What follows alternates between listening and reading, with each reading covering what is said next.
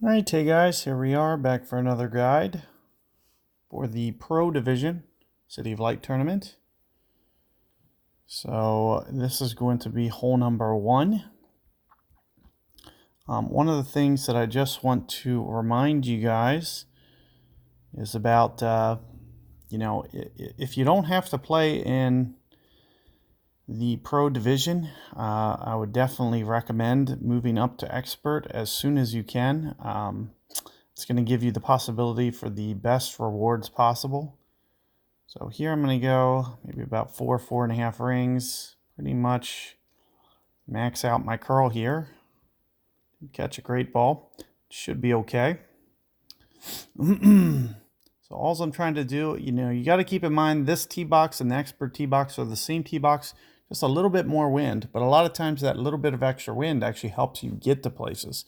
So Expert, especially as you progress your way through, I always find myself having an easier time with Expert than I do Pro, because those extra wins actually end up helping the better that you get at this game. So the faster that you can move on and get into those Expert division, that's when you can start to win things like Apocalypse, Cataclysm, Spitfire. These cards can actually be won in your chests. Whereas if you stay down in Pro, you'll never get the opportunity to play for those type of clubs. So that's the biggest reason to try to progress your account as much as possible.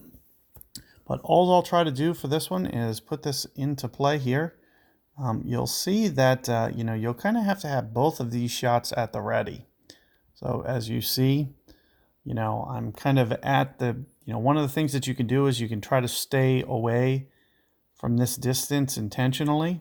So you can see, I'm going to just try to go pretty much straight up, maybe just a little bit of topspin. Very, very little. Quarter, half bar or so. I'm thinking somewhere around here. Typically about maybe 2-ish per ring. I'm thinking right around here for the adjustment.